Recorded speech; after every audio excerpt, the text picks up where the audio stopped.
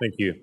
It's been interesting how much the dialogue today has been about politics and about the election. I do appreciate the work that you're doing, regardless of party. I don't find people getting COVID only if they're Republican, Democrat, or independent voters and non-voters. So I appreciate the ongoing work that you have done for a very long time to be able to work us through this. Your days are very long, and your work is very important. And so we appreciate the work that you continue to be able to do. And this hearing shouldn't try to be some sort of political trap for the president. It should be about the facts and details.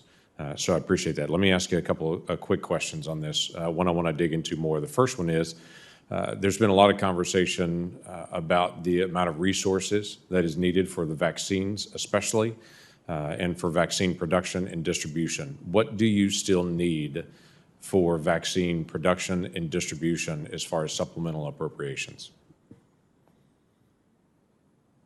Senator, thanks for that question. At this point, we have funded 6 vaccine candidates for both advanced development and manufacture.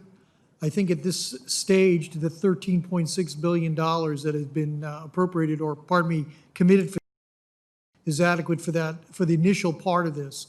If you're talking about at this point in time when one vaccine candidate may fail and we may have to replace it with another candidate or expand production of another, that could basically change our accounting and our calculus for what we would need.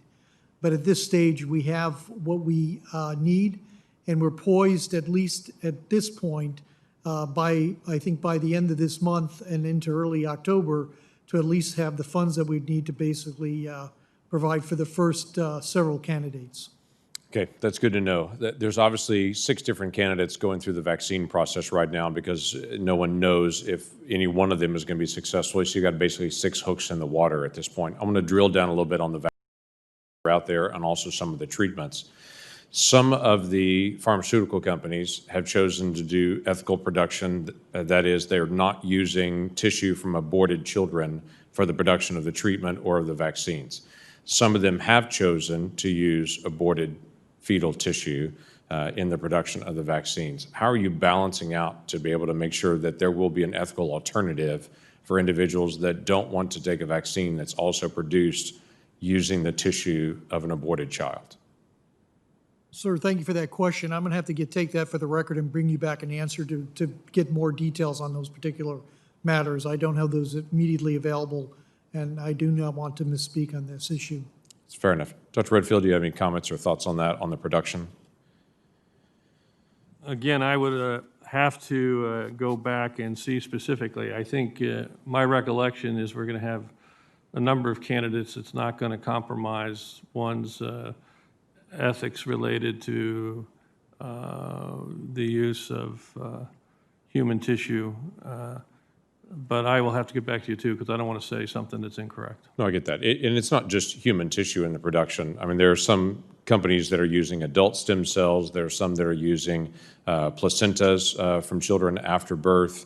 Those are not objectionable. I don't find anyone challenging that. So it's not just the use of human tissue. It's specifically the use of tissue that's from aborted children that becomes the challenge. And the Moderna is using embryonic kidneys, cells from aborted children. Johnson & Johnson is using aborted children embryonic retinal tissue for its production of the vaccines. There are others that are not choosing to use those tissues from children. And so I think there just needs to be as many options out there as we can. And again, I just wonder on the science side, if we don't have to use tissue from aborted children, why would we do that when there's others that are choosing to be able to develop vaccines that are not being used that way? So I want to be able to follow up with you on that and just be able to see what options are out there and how we're handling the funding and what direction that we're going to go. And long term, for vaccines, most of the vaccines that we have in America now don't use embryonic tissue in it. There are still some that still do, that is the line that is still used. And again, when we don't have to do that, why would we do that? And to have it as ethical as we possibly can. So again, I appreciate the work. We'll follow up in the days ahead on this particular topic because I think it's very important that as many people get vaccinated as possible. And I don't want to have a reason for people to not go get a vaccine because they're concerned about the origin of the vaccine. I want as many people as possible to actually get a vaccine because I think it's important. And it's been an odd conversation to hear so much of people saying, well, I'm challenging whether we're going to get a vaccine because the Trump administration may be rushing this. And so I don't want to go get one. I think we need to have nothing that distracts from the science and the details of this as we walk through it as well. So appreciate your work.